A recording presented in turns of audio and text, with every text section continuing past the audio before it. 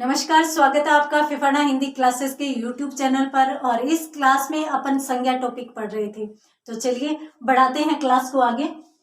संज्ञा, और संज्ञा में भी अपन कौन सी संज्ञा पढ़ रहे थे? भाववाचक संज्ञा, जो संज्ञा के तीसरे भेद के रूप में अपन पढ़ रहे थे। भाववाचक संज्ञा, भावों से संबंधित सभी के सभी शब्द या भावों के नाम भाववाचक संज्ञा कहलाती है। इसमें अपनों ने देखा था कि कुछ मूलतः भाववाचक संज्ञाएं होती है, परंतु कुछ शब्द ऐसे होते हैं जो बनाए जा सकते हैं। उन्हीं का अध्ययन अपन इस क्लास में कर रहे थे। कल की क्लास में अपनों ने देखा था कि भाई किस प्रकार से अपन जातिवाचक संज्ञा शब्दों को भाववाचक संज्ञा में बदल सकते हैं। चलिए बढ़ते हैं आगे, और आज अपना दूसरा पॉइंट रहेगा सर्वनाम शब्दों से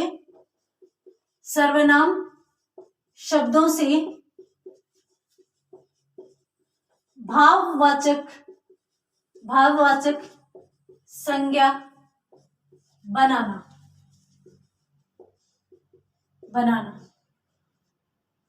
तो यहां पर किससे देख रहे हैं अपन? सर्वनाम शब्दों से। अब सर्वनाम शब्दों के साथ अपन कोई प्रत्यय जोड़ते हैं, और प्रत्यय जोड़ने के बाद यदि वह शब्द भाव सूचक बन जाए तो वहां पर भाववाचक संज्ञा मानी जाएगी। चलिए देख लेते हैं।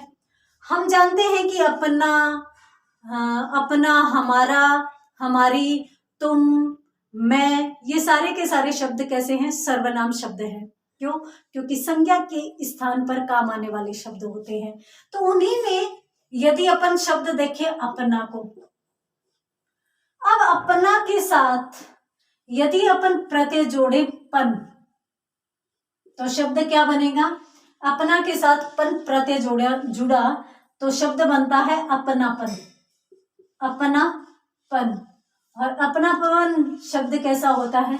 भाववाचक संज्ञा शब्द होता है। अपनापन एक भाव ही होता है अपनेपन का, तो इसलिए वो भाववाचक संज्ञा में चला जाएगा। उसी प्रकार से अपना शब्द के साथ एक और प्रत्यय भी जोड़ा जा सकता है। जैसे अपना शब्द के साथ अपनों ने प्रत्यय जोड़ा त्व, तो शब्द क्या बना? जी हाँ, आप सही सोच रहे हैं, अपनत्व। और अपनत्व भी अपनेपन का भाव ही होता है, तो इसलिए इस शब्द में भी कौन सी संज्ञा मानी जाएगी? भाववाचक संज्ञा मानी जाएगी। उसी प्रकार से एक शब्द और है मम। और मम के साथ अपनों ने प्रत्यय जोड़ा ता, तो शब्द क्या बना? ममता शब्द बना। और ममता अपनों ने सुलेख लिखे होंगे छोटी कक्षाओं में, जब पढ़ना शुरू किया था तो उस समय यूं लिखा होगा, माँ की ममता महान होती है।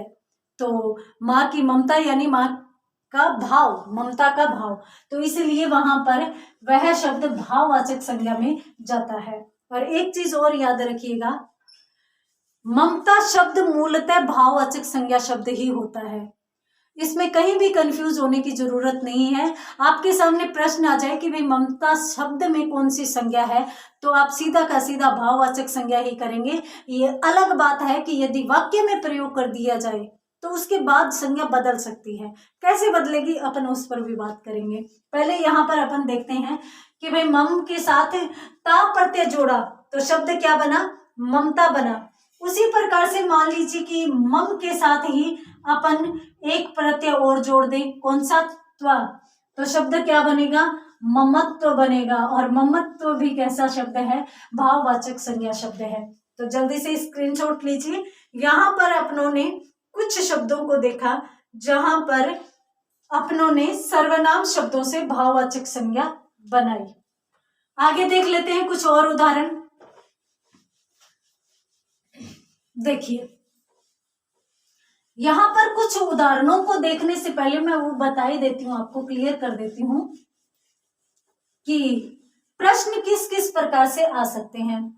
देखिए, प्रश्न आने का तरीका भी है कि एक तो आपको सीधा का सीधा शब्द देकर पूछ लिया जाए कि इस शब्द में कौन सी संज्ञा है, और एक वाक्य में प्रयोग करके भी पूछा जा सकता है कि इस शब्द में या रेखांकित शब्द में कौन सी संज्ञा है।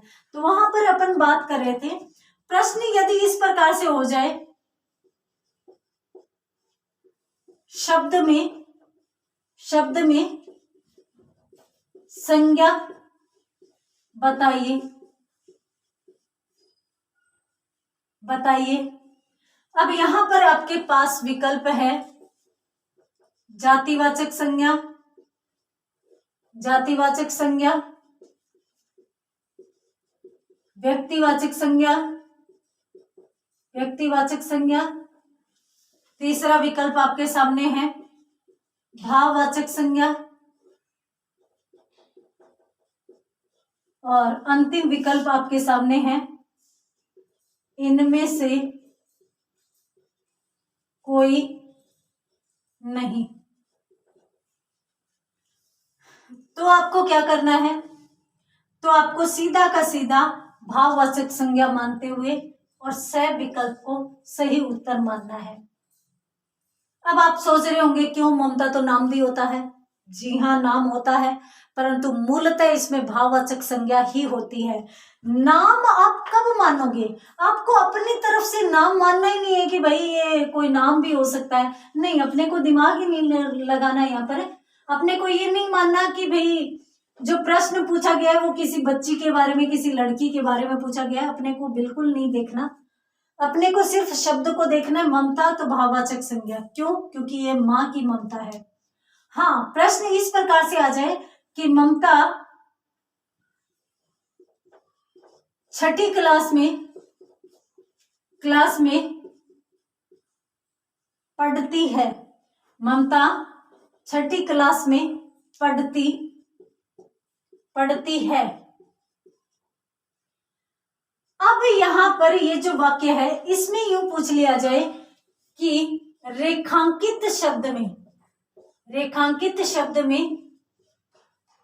संज्ञा बताइए।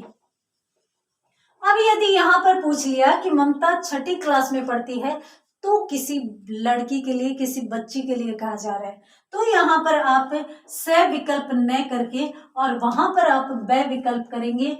क्यों करेंगे ब विकल्प? क्योंकि यहाँ पर एक वचन से सूचक यानी व्यक्तिवाचक संज्ञा में बात की जा रही है, तो इसलिए यहाँ पर तो इस प्रकार से अपन देखेंगे। और कहीं कहीं पर ये हो जाता है कि जैसे मैंने पहले वाला प्रश्न बताया कि ममता शब्द में संज्ञा बताइए, तो अब वहां पर उलझ जाते हैं कि भाई ममता किसी का नाम भी हो सकता है, भाववाचक संज्ञा। और भाववाचक संज्ञा तो बाद में दिमाग में आती है, पहले नाम ही दिमाग में आता है और जल्दी से अपन टिक कराते हैं व्यक्तिवाचक संज्ञा। तो एक तो नियम बना लीजिए, जल्दी से अपने को कहीं भी आंसर नहीं बोलना है, बताना नहीं है। अपने को प्रश्न को 2 बार पढ़ना है, उसको समझना है, उसके बाद ही उसका उत्तर करना है। और यहाँ पर मैंने इस शब्द के लिए विशेष ध्यान इसलिए दिया है क्योंकि इस प्रकार के कुछ शब्द हैं हमारी हिंदी में जिनमें एक से अधिक संज्ञा हो सकती है, परंतु वाक्य में प्रयोग के आधार पर बदलती है। तो इसलिए अपने को इस चीज को ध्यान में रखना है। ठीक है, यदि आप इसका भी स्क्रीनशॉट लेना चाहते हैं तो स्क्रीनशॉट ले लीजिए। उसके बाद अपन सर्वनाम शब्द से भाववाचक संज्ञा बनाना में 1-2 उदाहरण और देख लेते हैं। आपने शब्द तो सुना ही होगा अहंकार, जिसे अपन घमंड कह देते हैं, अभिमान कह देते हैं। वो शब्द कैसे बना होता है?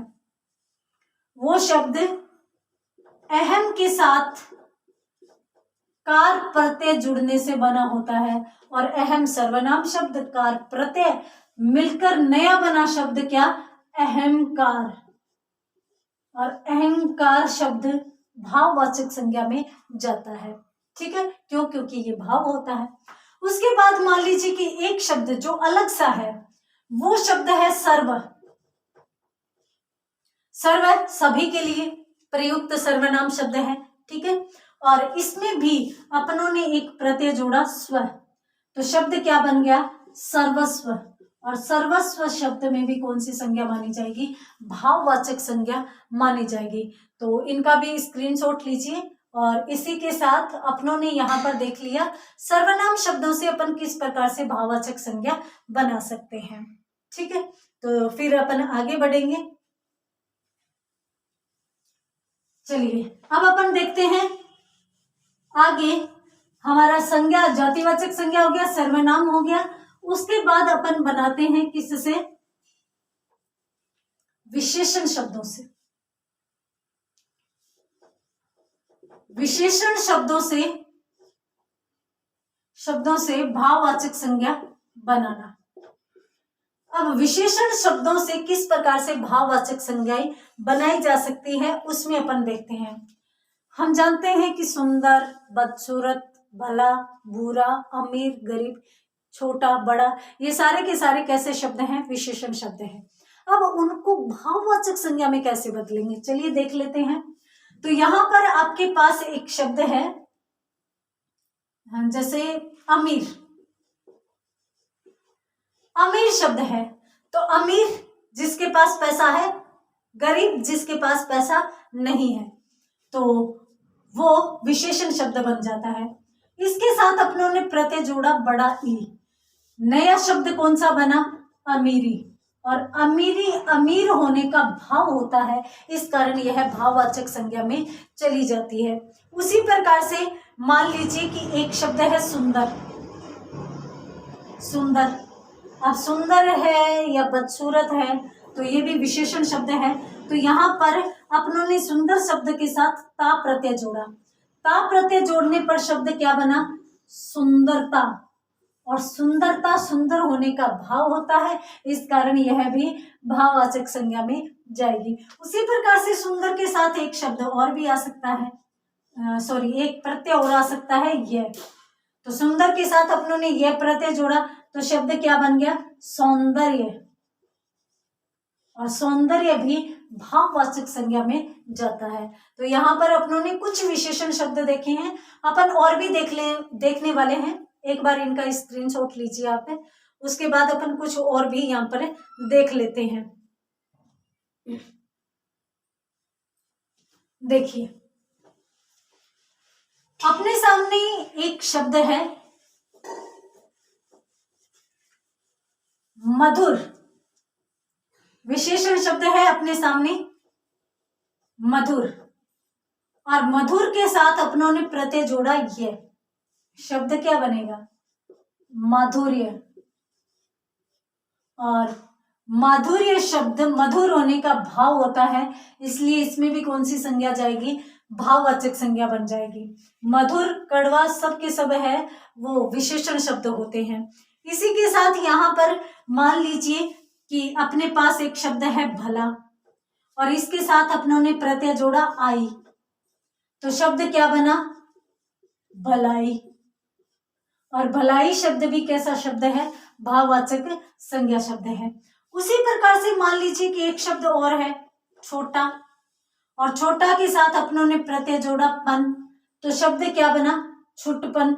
और छुटपन शब्द भी किस में जाता है?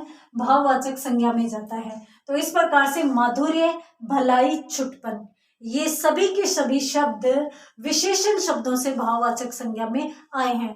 तो कहीं पर ये पूछ लिया जाए कि भाई इस प्रकार के ये जो शब्द है वो कौन सी संज्ञा में जाएंगे, तो भाववाचक संज्ञा में। परंतु ये भी पूछ लिया जाए कि किससे बनकर भाववाचक में जाएंगे, तो विशेषण से बने हुए भाववाचक संज्ञा शब्द ये माने जाएंगे। इसी के साथ मान लीजिए कि मैं एक शब्द और देखूं, जैसे शब्द है आपके सामने मीठा।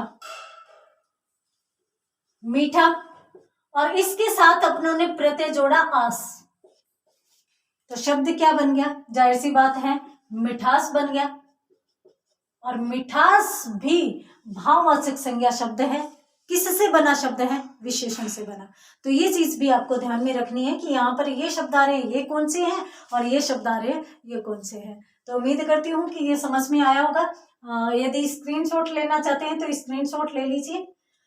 तो आज की क्लास में इतना ही, मिलते हैं आगे की क्लास में अगले कुछ शब्दों के साथ। तब तक के लिए धन्यवाद।